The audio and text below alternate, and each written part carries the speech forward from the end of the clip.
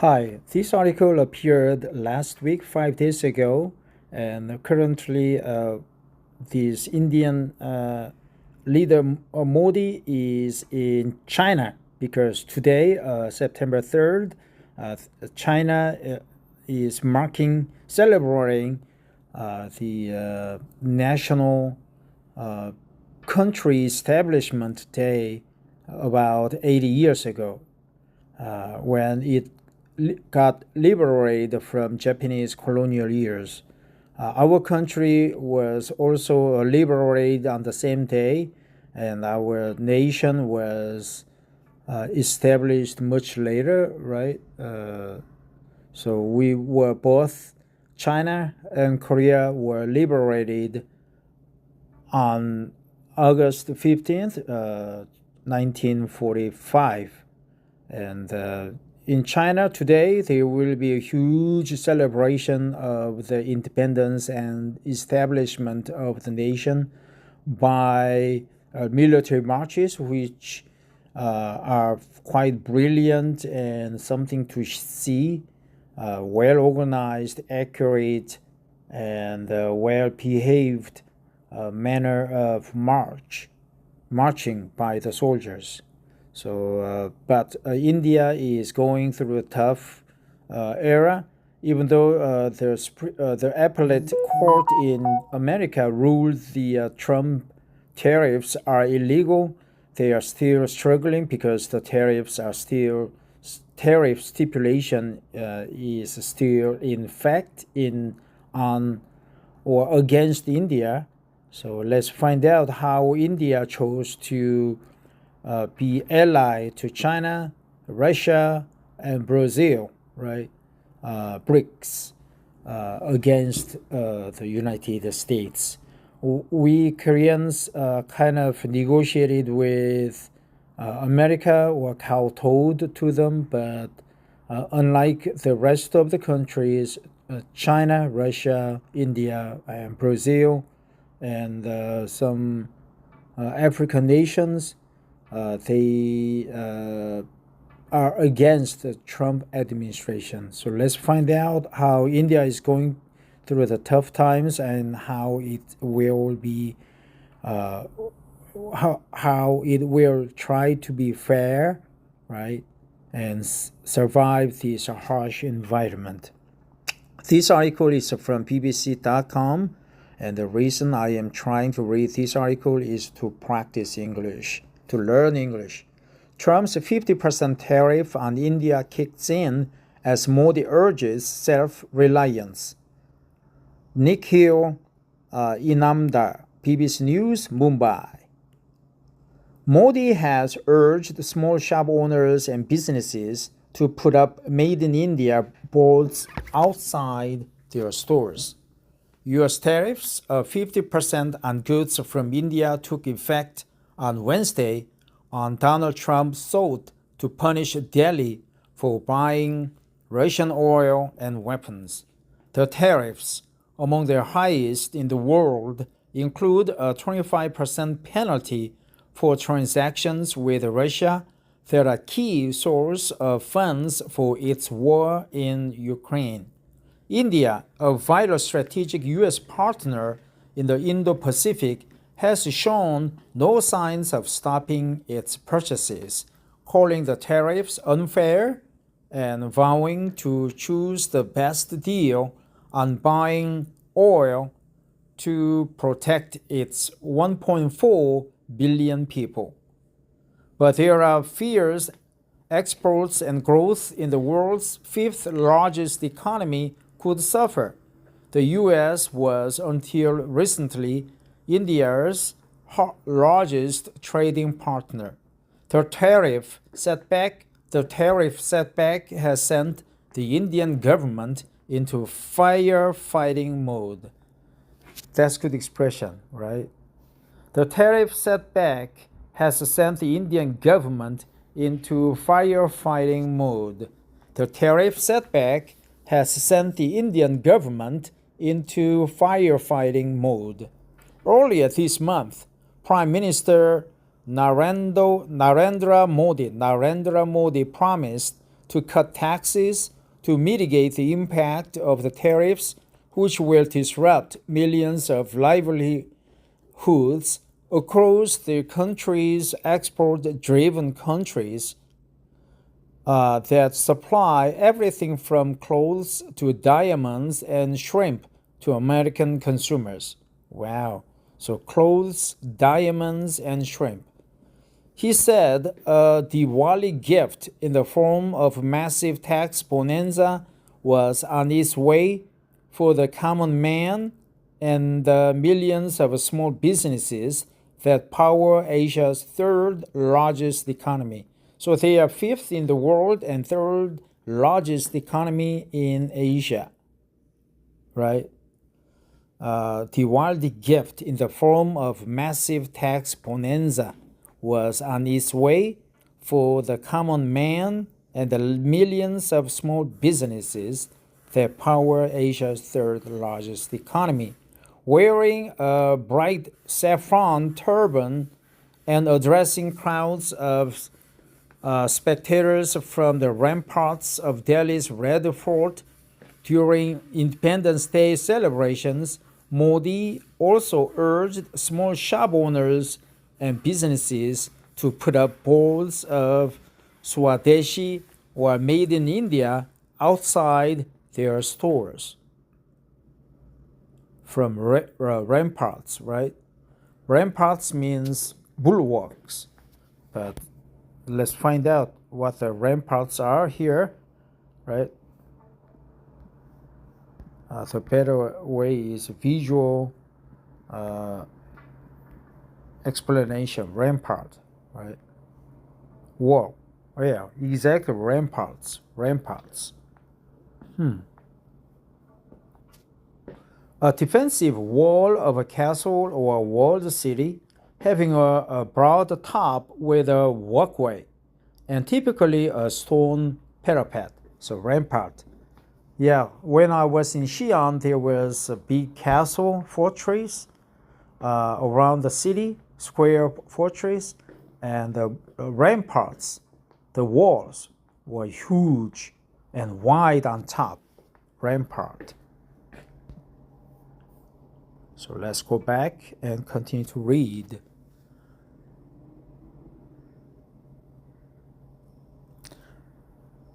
We should become self-reliant, not out of desperation, but out of pride, he said. Economic selfishness is on the rise globally, and we mustn't sit and cry about our difficulties. We must rise above and not allow others to hold us in their clutches. He has since repeated these comments in at least 2 other public addresses this week. Modi's message to his countrymen has been loud and clear. Both make in India and spend in India. Both make in India and spend in India, right? His message was loud and clear. That's cliche, right? Loud and clear. Modi's message to his countrymen has been loud and clear. Both make in India and spend in India. The former has proved increasingly difficult, with the share of manufacturing as part of India's gross domestic product, GDP, stagnating at 15% levels, despite his government rolling out subsidies and production incentives over the years, but spurring long-pending tax reforms that immediately put more money into the hands of people could help the government soften some of the blow, experts say. And so, after a $12 billion income tax giveaway announced in the budget earlier this year, Modi is now aiming for an overhaul of India's indirect tax architecture, a reduction and simplification of the goods and service tax, GST, right? Goods and Service Tax, GST. It's frequently used in the Western culture, especially in UK, in Europe, and in India, right? Goods and Service Tax, GST. Goods and service, not good and service, it's a goods and service tax. GST, which was introduced 8 years ago, replaced a maze of indirect taxes to reduce compliance and the cost of doing business. But experts say it has too many thresholds and exemptions, making the system extremely complicated. They've repeatedly called for it to be revamped. Thresholds, right? Thresholds. Now, Modi has promised precisely that, with India's finance ministry putting out a proposal for a simplified two-tier GST system. Combined with the income tax cut in place from April 2025, the GST rate reforms likely worth US $20 billion or Euro 14.7 billion euros should together provide a meaningful push to consumption. Analysts from Jefferies, a US brokerage house, said after the announcement. Private consumption is a mainstay of India's economy, contributing to nearly 60% of the country's GDP. While rural spending, supported by a bumper harvest, has remained strong, demand for goods and services in cities has continued to slow down due to lower wages and job cuts in major sectors like IT post-pandemic, right? Post-pandemic. That's adverb, right? Post-pandemic. Modi's fiscal stimulus or tax cuts should help ensure consumption recovery, according to investment banking from Morgan Stanley. It will push GDP up and drag inflation down, right? It will push GDP up and drag inflation down. It will push GDP up and drag inflation down.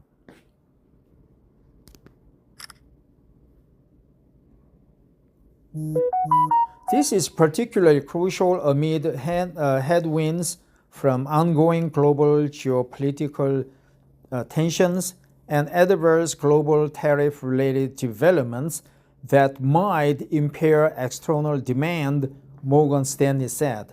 Among the sectors most likely to benefit from the tax breaks are consumer-facing ones, such as scooters, small cars, garments, and even things like cement that goes into making homes, where demand typically picks up pace around Diwali. Picks up pace, right? That's another good expression. Where demand typically picks up pace around Diwali. While the specifics are unknown, most analysts estimate that the revenue loss on account of lower GST would be offset by surplus collections of some taxes and higher than budgeted dividends from India's central bank. According to Swiss investment bank UBS, the GST cuts will also have a larger multiplier effect than the previous corporate and income tax cuts undertaken by Modi, as they directly affect consumption at the point of purchase, potentially leading to higher consumer spending. Tariffs disrupt millions of livelihoods across the country's export-driven industries such as textiles. Right? Modi's tax handouts could also increase the probability of a further interest rate reduction by India's central bank, which has already slashed rates by 1% in the past few months, something that is likely to spur more lending, according to analysts. This, along with a boost in the salaries of nearly 5 million government employees and 6.8 million pensioners that kicks in early next year, will help India's economy retain its growth momentum, they say. India's stock markets have cheered these announcements, and despite the panic caused by trade uncertainties, earlier this month, India also got a rare sovereign rating upgrade from S&P Global after a gap of 18 years. A sovereign rating measures how risky it is to lend to a government or invest in a country. This is significant because it could lower the government's borrowing costs and improve foreign investment flows into the country. But even as Modi rushes through with long-delayed reforms, India's growth prospects have slowed significantly from the 8% levels seen a few years ago, and its external crisis shows no sign of ebbing. That's another good cliche. Its external crisis shows no sign of ebbing, right? Ebbing, title, in and out, ebbing. What is in? What's the opposite of ebb? Ebb and tide. Let's go back. Let's look up the word here, right? And then antonym.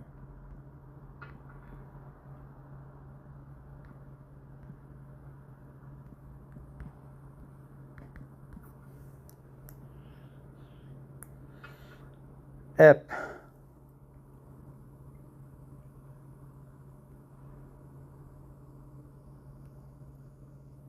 Flood, right? Flood, ebbing. Well, that's it. I will just stop here and continue to read when I come back to this article after work, like around 8 p.m. tonight.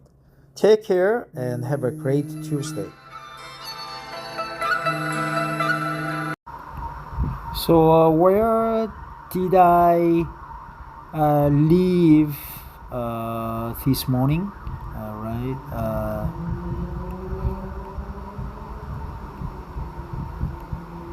According to Swiss Investment, UBS. Okay, so this morning I was in a hurry and I just stopped about this part of the article. So I'm going to finish this article soon, and it's 10:18 in the evening, and I'm just relaxing in my dormitory, which is comfortable, right? It's just nice space. I feel like I'm at home. So let's get down to business. Modi's tax handouts could also increase the probability of a further interest rate reduction by India's central bank, which has already slashed rates by 1% in the past few months, something that is likely to spur more lending, according to analysts. That's good. Tax handouts, Diwali Gift, right? Tax handouts, interest rate reduction by 1%, spur more lending, right? Those are good expressions. Tax handouts, interest rate reduction, and spur more lending, right? Spur more lending, tax handouts, interest rate. This, along with a boost in the salaries of nearly 5 million government employees and 6.8 million pensioners that kicks in early next year, will help India's economy retain its growth momentum, they say. retain, there's another good expression, retain its growth momentum. India's stock markets have cheered these announcements, and despite the panic caused by trade uncertainties earlier this month, India also got a rare sovereign rating upgrade from S&P Global after a gap of 18 years. A sovereign rating measures how risky it is to lend to a government or invest in a country. Sovereign rating, right? Sovereign rating. That's another good expression. Sovereign rating upgrade, right? A rare sovereign rating upgrade. Let me get a cup of tea, right? Because suddenly I'm thirsty, right? I'm just lying on the floor with my belly, so kind of a prostrate. This is significant because prostrate, Prostrate porcelain, right? Porcelain, perilla, and spurge, prostrate spurge or common spurge. This is significant because it could lower the government's borrowing costs and improve foreign investment flows into the country. Okay, I gotcha. This is significant because it could lower the government's borrowing costs and improve foreign investment flows into the country. But even as Modi rushes through with long-delayed reforms, India's growth prospects have slowed significantly from the 8% levels seen a few years ago, and its external crisis shows no sign of ebbing. Tide and ebb, right? Tide and ebbing. No sign of ebbing. That's good expression. Its external crisis shows no sign of ebbing, no sign of humiliation, no sign of abasement, no sign of lessening, right? The war of words between Delhi and Washington, especially over the former's energy purchases from Russia, have only intensified, and trade negotiations, which were set to begin earlier this year, have been called off. Meanwhile, at 50%, the tariffs on India are akin to a sanction on trade between the world's biggest and fastest growing economies, say experts, a scenario that would have been unthinkable even just a few months ago. Akin to, right? Sanction on trade, akin to a sanction on trade. War of words, intensified. Well, I think that's it.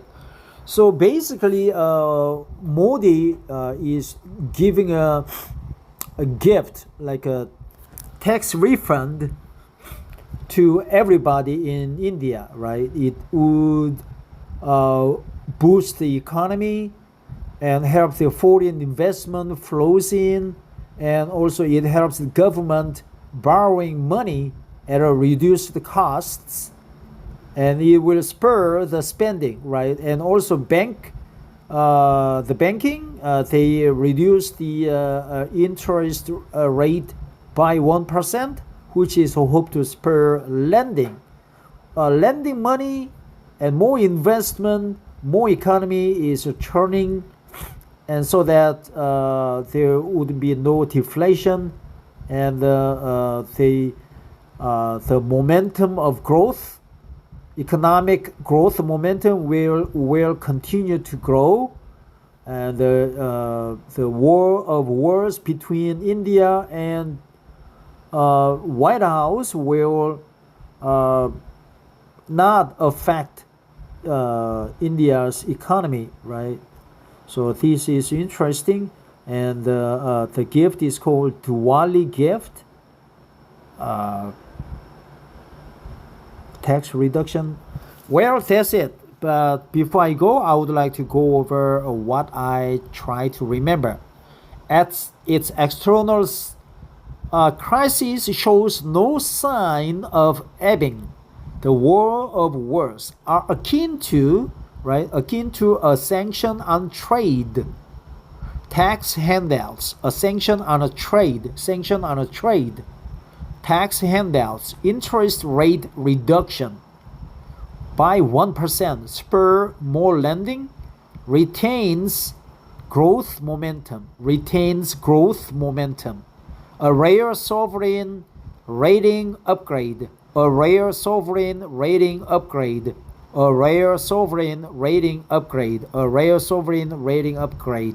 tax handouts, interest rate reduction by 1%, spur more lending, tax handouts, interest rate reduction by 1%, spur more lending.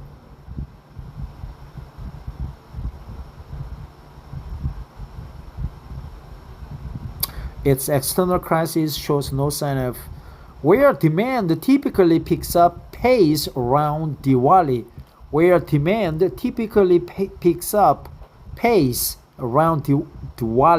right? Diwali. Typically picks up pace. Not pick up a pace, pick up pace, right? Picks up pace. Where demand typically picks up pace around Diwali. Picks up pace. Post-pandemic, it will push GDP up and drag inflation down. It will push GDP up and drag inflation down. It will push GDP up and drag inflation down. Post-pandemic. Modi's message to his countrymen has been loud and clear. Both make in India and spend in India.